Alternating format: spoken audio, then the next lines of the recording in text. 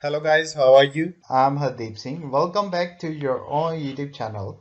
IELTS updates and recent exams. For more updates related to recent IELTS exam writing test topics, listening, reading, practice test, and speaking, you got guesswork.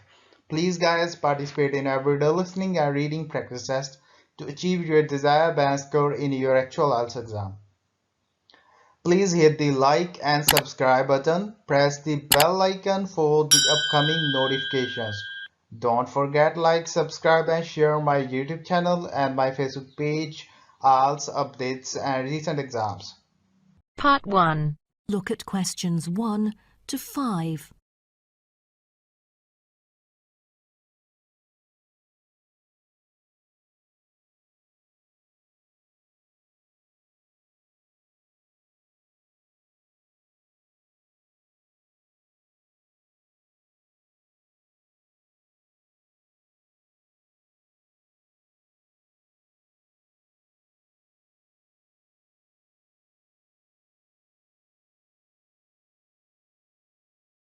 Good morning, Sunset Hotel. How may I help you? Good morning. I just saw an advert in the paper about your hotel. Where exactly is it located? We are situated on Sunset Avenue, north of the beach, close to many scenic spots. It is an ideal choice for travelers interested in sightseeing. That's great. Is there a vacant four-bed room? We'll be travelling with our two sons, aged 9 and 11, so it's best that we are able to stay in one room. Let me check. Just a moment. We only have a few four-bed rooms, and I'm afraid they are fully booked at the moment. The earliest time available is August, but there might be some left in July if a previous customer cancels the reservation. Oh, that'll do. How much would the room cost me? It's €77.50 during peak time, but the price would be much lower during off-peak season. Only €50. So, if I book a room right now, is there any discount? Yes, we do offer a 30% discount for any reservation made 1 month ahead of schedule. It is a very reasonable price. That does sound tempting. Does the price include anything? The price includes 2 breakfast vouchers per room per day. You can use them at 2 different restaurants in our hotel. There's also a 20-minute spa trial available, but you have to book it beforehand at the concierge or directly at the spa centre. I'm wondering if there is a hairdryer in the room. It takes ages to dry my hair without one. Do I have to bring one? No, there is absolutely no need to bring that, for each room is equipped with a hairdryer. But I have to inform you that towels are not provided. You'll have to bring your own or hire some at the front desk. Oh, I see. Before you hear the rest of the conversation, you have some time to look at questions 6 to 10.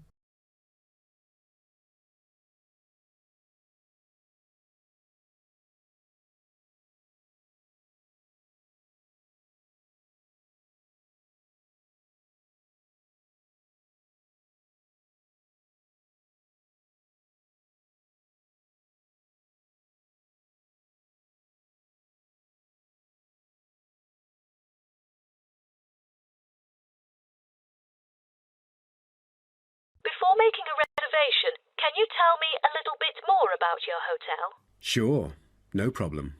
We aim to please our guests by providing impeccable service at all the modern amenities, trying to make them feel at home. In the lounge, there are a list of books, ranging from contemporary literature to classic poetry, free for any guest to read. There is also a games room, offering a number of indoor games, including popular board games like Monopoly, as well as the beloved table soccer. A nice place to go on rainy days. Are the computers available in the hotel? I might have a few emails to respond to during my stay there. I'm afraid we currently do not provide any for our customers. However, internet is available within our hotel premises. Just use the room number and the guest name to log in. That means I have to bring my own laptop then. All right. Because I'm travelling with my two sons, is there anything that they might be interested in? Yes, a popular activity here for children is collecting shells on the beach. Our hotel has a private beach. When there are very few visitors, you can take a stroll down the beach with your children and enjoy some quality family time, undisturbed. That sounds nice, but you see, my boys really love adventure. Is there something more exciting for them to participate in? We do have bicycles ready for hire. You can cycle with the boys along the bush track by the hotel, which is an ideal place to explore the wonders of nature. But because there is only a limited number of bicycles, we apply a first-come, first-served rule. Got it. I think my boys would love it. How can I arrange the payment then? Can I pay by credit card? Of course, we take credit cards. Thank you. You've been a great help. My pleasure, Ma'am. That is the end of part 1. You now have half a minute to check your answers.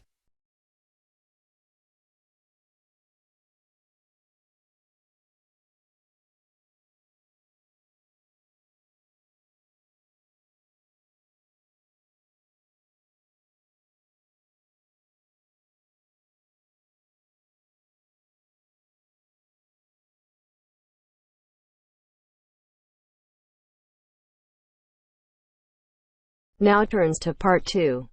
You will hear a tutor and some students discussing choosing courses at a college. First, look at questions 11 to 14.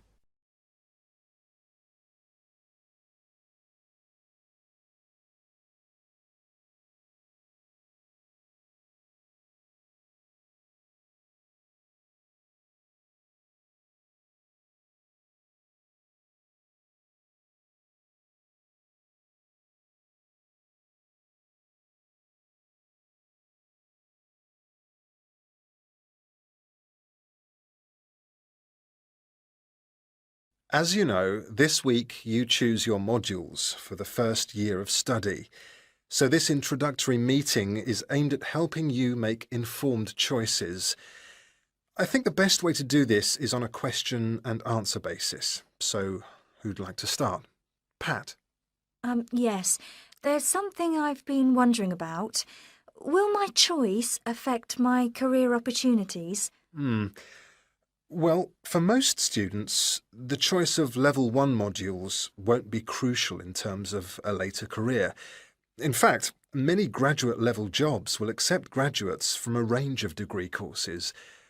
Employers will often be at least as interested in how well a student has performed academically and how the whole experience of university has developed the student as a person, as in the detail of the course options chosen. Selecting modules that will interest you and in which you think you will be particularly successful is therefore also likely to make good sense in career terms. On certain degree courses, though, module choice can be important. This applies mainly to vocational courses, where the degree confers an accredited professional training as well as university education. Usually the modules students are required to take will include all those needed to meet those professional requirements.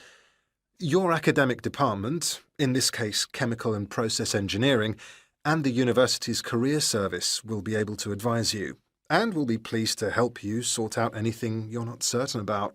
Right. Before the broadcast continues, look at questions 15 to 20.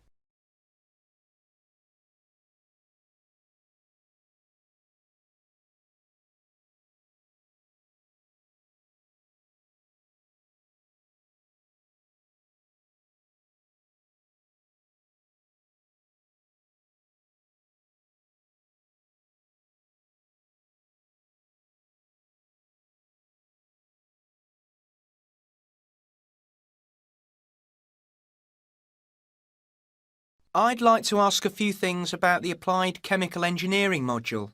Fine. What would you like to know? Well, apart from the work on practical engineering, what other topics are covered? Some that might surprise you. One that students always seem to like includes interviewing techniques, presentation skills, and producing written reports. They sound interesting. How are they taught?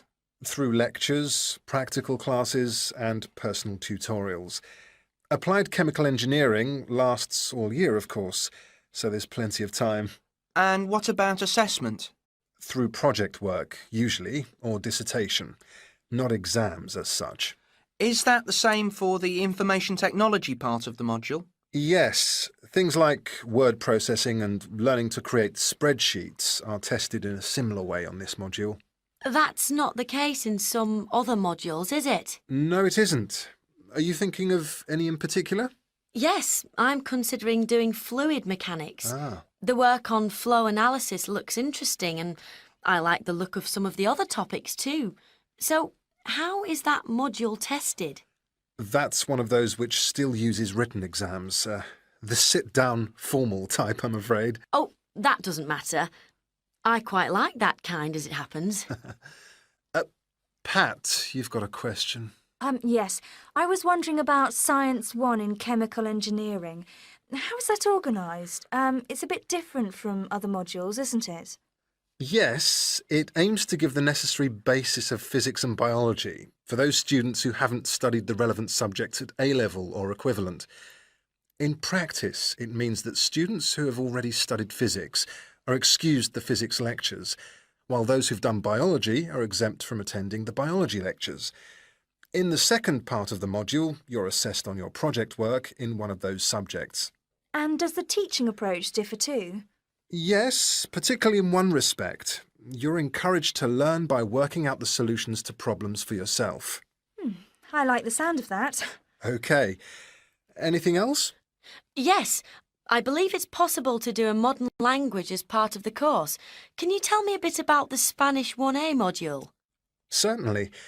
The main emphasis in 1A is on understanding and speaking, but students also learn to carry out some straightforward reading and writing tasks. Basic aspects of grammar are also introduced and practiced. The module comprises 36 hours of class contact, mainly in tutorial groups of 16 to 20, and students are expected to do approximately 64 hours of private study. It sounds interesting. I did some Spanish at the Cervantes Institute last year. Passed an exam, in fact. Ah, I'm afraid that means you can't do 1A. Oh. The regulations say this module may not be taken by students with a qualification in Spanish, though you could do 1B. That is the end of part 2. You now have half a minute to check your answers.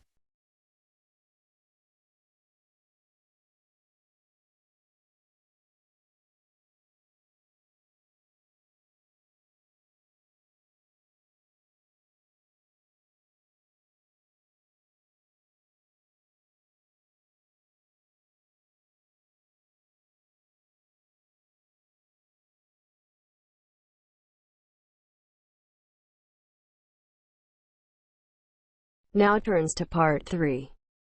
First, you have some time to look at questions 21 to 26.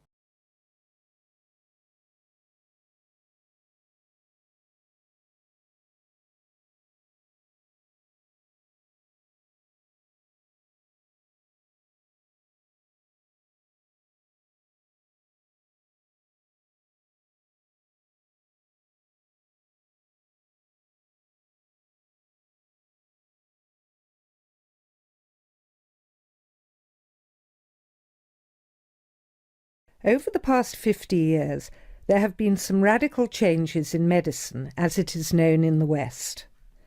This is largely the result of vast improvements in technology, but also in the rising importance of alternative treatments.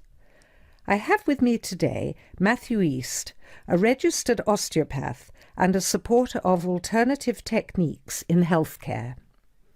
Matthew, can you tell us more about osteopathy? Well, perhaps the first thing I should say is that the term alternative is actually a little misleading, as I am referring to approaches and attitudes to health that were in common use long before Western medicine was established. I prefer the term natural. Anyway, I'll begin by telling you a little about osteopathy.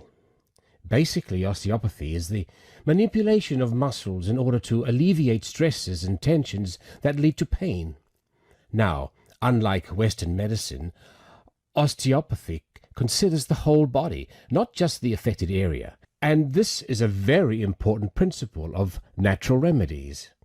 The whole body must be considered before a course of treatment can be decided upon. You see, the aim of therapies like osteopathy is not only to repair the body, but also to get the body treating itself. And this does not come from treating the symptoms. To give an example, I recently treated a 2-month-old baby who was screaming all day and was even worse at night. The couple had taken the baby to their doctor, but the only advice they were given was that the baby would grow out of it. However, the real problem stemmed from a difficult birth, which put pressure on the baby's neck. After 10 minutes of gentle manipulation, the pressure was released, and within 20 minutes the baby was quiet and calm for the first time. This was achieved without drugs or operations.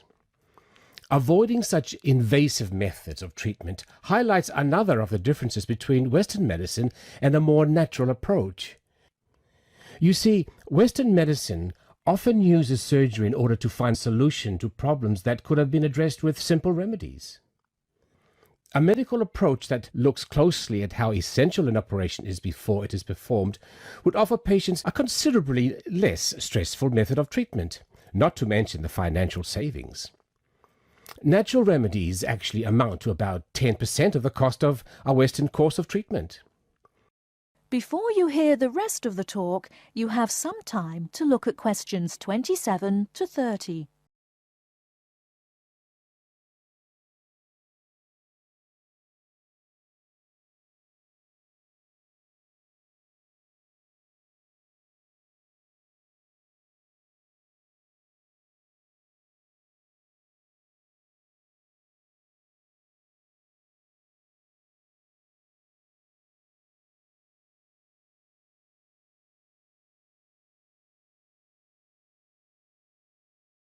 I'd like to mention the subject of surgery again a little later, but I would like to say at this point that there are those that claim that the benefits of osteopathy and herbal therapies are largely psychological, that they have not undergone the clinical trials that pharmaceuticals have.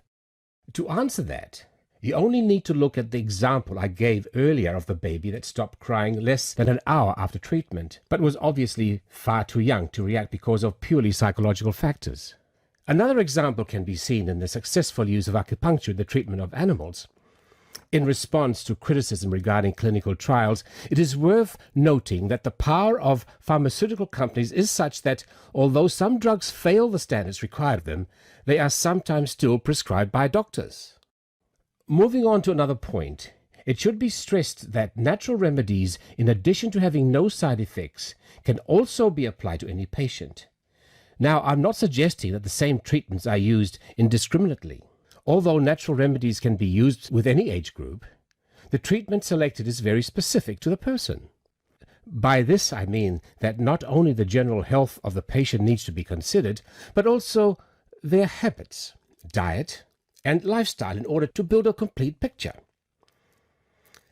However, I am not suggesting that we should reject Western medicine entirely. In fact, there have been occasions when I have referred patients to their doctor, as I felt that in those cases it was the most suitable course of action. There are many situations in which it is by far the best option. Take emergency surgery, for example. Obviously, more natural remedies do not provide the speed required in such cases. The best solution would therefore be an open-minded combination of the two forms. Well, thank you very much, Matthew. That was a very interesting insight into natural treatments. Next week we'll be inviting Dr. Moore. That's Moore,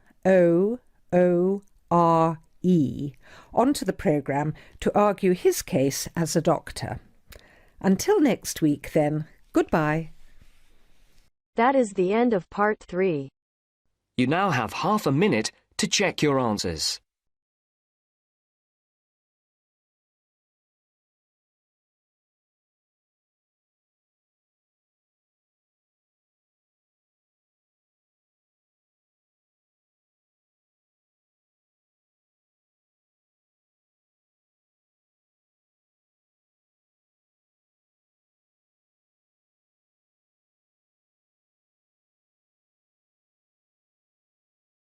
Now turns to Part 4. You are going to hear some facts and figures about Australia. First, you have some time to look at questions 31 to 40.